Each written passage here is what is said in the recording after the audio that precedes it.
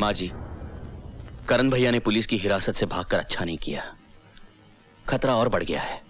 हाँ, खतरा तो बढ़ गया है, क्योंकि रवि वर्मा करण के पिताजी का केस फिर से खुलवा रहा है ताकि उन्हें झूठे कलंक से मुक्ति मिल जाए।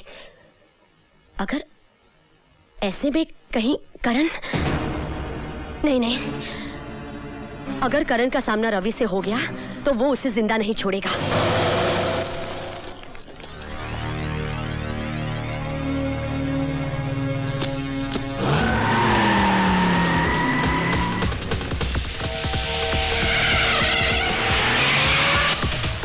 चल जल्दी रवि।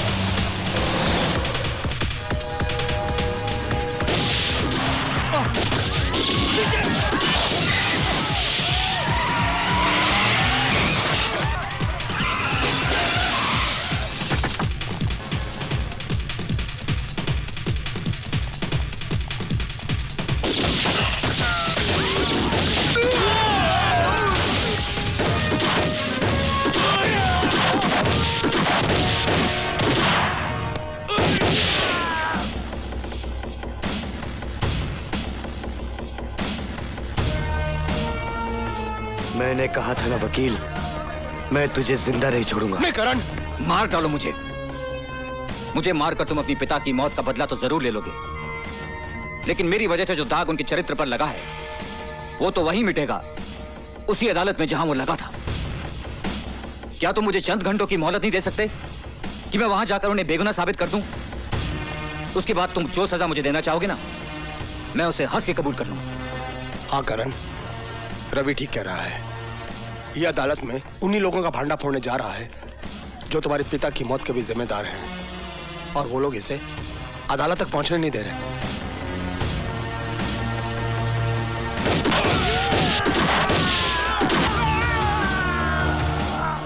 चल अदालत।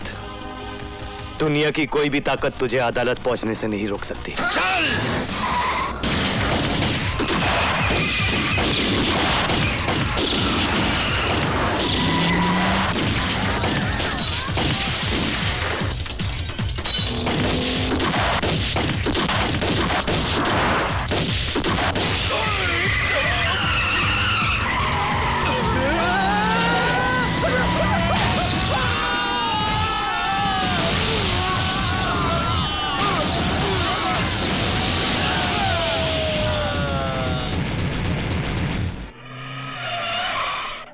बस बस बस, रुक जाओ रवि बाबू, रुक जाओ। यहाँ तक आ गए, बहुत आ गए। अब इस रेखा को मत लांघना। एक रेखा ही तो लांगी थी सीता मैया ने। आधी रामायण दुखों में गुजर गई। तुम्हारी तो वैसे ही कष्टों में कट रही है, काहे को और दुखों को न्योता देते हो? हाँ लाओ, मुझे दे दो, लाओ। बात रामायण की करते हो और इतना भी नहीं जानते कि जब रावण को जलाया जाता है तो उसके साथ साथ कुंभकर्ण और मेघनाथ भी चलकर खाक हो जाते हैं। पता था मुझे, पहले से ही पता था कि अच्छी तरह से समझाने पर भी नहीं ना समझेंगे आप, इसलिए दूसरा बंदोबस्त भी किया हुआ है। हेलो, लीजिए सुनिए, अपनी पूजा बिटिया की प्यारी प्यारी आवाज सुनिए, सुनो। हेलो बेटा। छोड़ बच्ची को, कभी नहीं, अगर बच्ची को कुछ हो गया तो छोड़ूंगी नहीं मैं तेरे को। पूजा, आई शाबाश। पूजा रोती नहीं। अब यूँ समझ लो कि अदालत में जाके आपने बैग खोला नहीं, कि आपकी पूजा बिटिया आई है।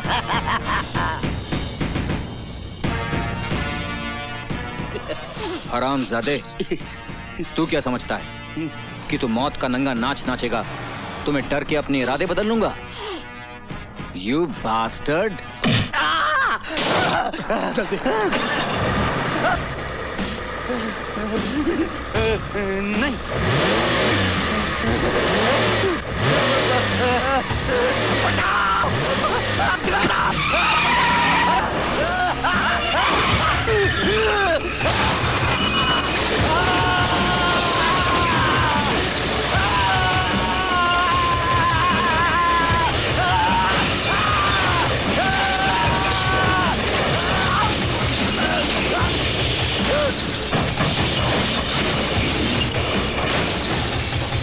मुझे कुछ समझ में नहीं आ रहा मिलॉर्ड, कि आज कमिश्नर सत्यप्रकाश को चरित्रवान साबित करके मिस्टर रवि वर्मा क्या हासिल करना चाहते हैं, जबकि एक दिन खुद इसी अदालत में खड़े होकर इन्होंने कमिश्नर सत्यप्रकाश को रिश्वतखोर साबित किया था और हमने इनकी जोरदार दलीलों पर तालियां बजाई थी। काश आपने वो तालियां नहीं बजाई होती। काश जिस दिन मैंने पहली बार झूठ को जिताया था और सच को हराया था, लोगों ने तालियों के बजाय मेरे मुंह पर थप्पड़ मार दिए होते, तो आज ये नौबत नहीं आती। और अब तो ये आम बात है मिलॉर्ड कि झूठ बोलने वाले को ताली मिलती है और सच बोलने वाले को थप्पड़। और उस दिन यही हुआ था मिलॉर्ड। उस दिन मेरी झूठी दलीलों को सुनकर लोगों ने वाह वाह की थी और उस संत जैसे आदमी पर पत्थर मारे। और वो उधर जो मेरी मां बैठी हुई ना जज साहब, उसने मुझसे कहा था कि उस देवता को पत्थर मारने वाले हाथ लोगों के नहीं थे, मेरे थे। और उसने बिल्कुल ठीक कहा था जज साहब, ठीक उसी तरह जैसे सत्यप्रकाश जी का कत्ल फांसी के फंदे से नहीं हुआ था। उस कत्ल के असली मुजरिम वो थे जिन्होंने फंदे बनाने वाले हाथों को खरीदकर उनका खून करने के लिए भेज दिया। भाषण बहुत हो गया मिस्टर रवि वर्मा।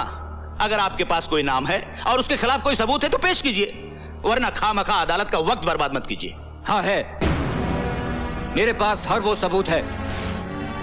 लीजिए उनके सारे काले कारनामों का कच्चा चिट्ठा मैं आज अदालत के सामने पेश करता हूं।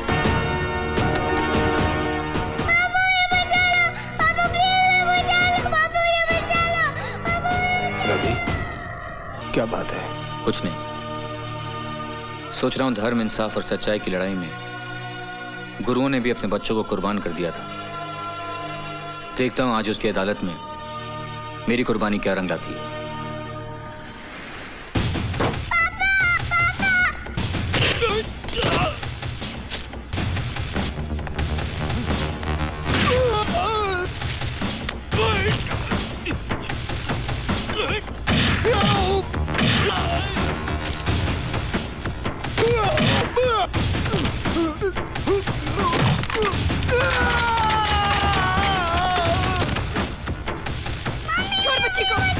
बहुत बुरा होगा तेरा।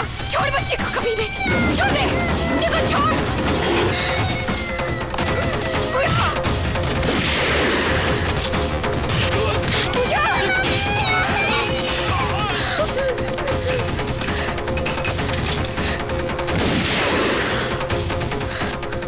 बच्ची को अदालत ले जाओ। यह अदालत शर्मसार है क्योंकि इस अदालत ने कमिश्नर सत्यप्रकाश जैसे नेक, सच्चे, ईमानदार इंसान के चरित्र पर दाग लगाया। हम उनके मरणोपरांत उनसे क्षमा याचना करते हैं और कबूल करते हैं कि कभी कभी कानून भी अपराधियों की चालाकी में उलझकर गलती कर बैठता है।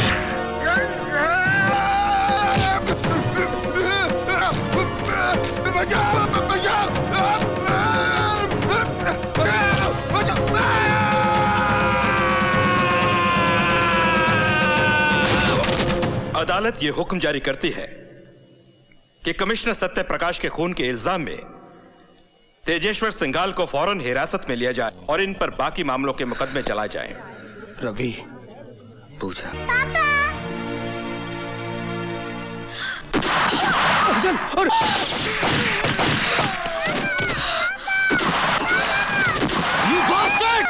इंस्पेक्टर, आगे मत बढ़ना।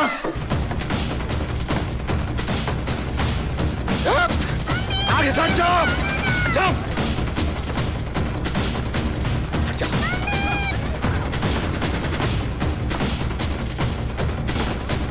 हट जाओ आगे से।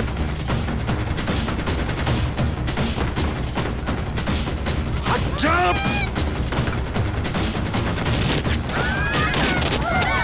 सिंघाल, पूजा को छोड़ दे। सिंघाल, अपने आप को कानून के हवाले कर दो। तुम यहां से बचकर नहीं जा सके। होश करो, मैं कहता हूं।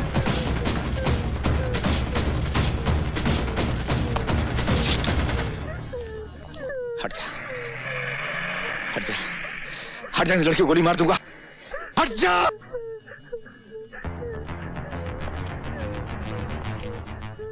इंस्पेक्टर, बंदूक फेंक दे और अपने आदमियों से कह दे कि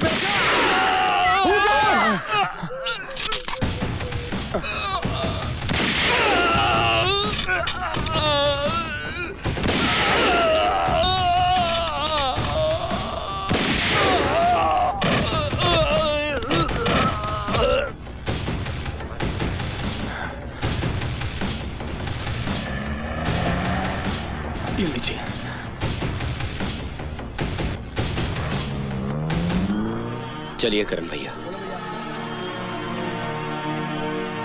मेरा हिसाब फिर भी तुझ पर बाकी है वकील। हाँ मुझे याद है, लेकिन इसके लिए तुम्हें जेल से छूट के आना पड़ेगा। और तू क्या समझता है, कानून मुझे छोड़ देगा? नहीं। हाँ, छोड़ भी सकता है, बशर्ते तुम्हें कोई अच्छा सा वकील मिले।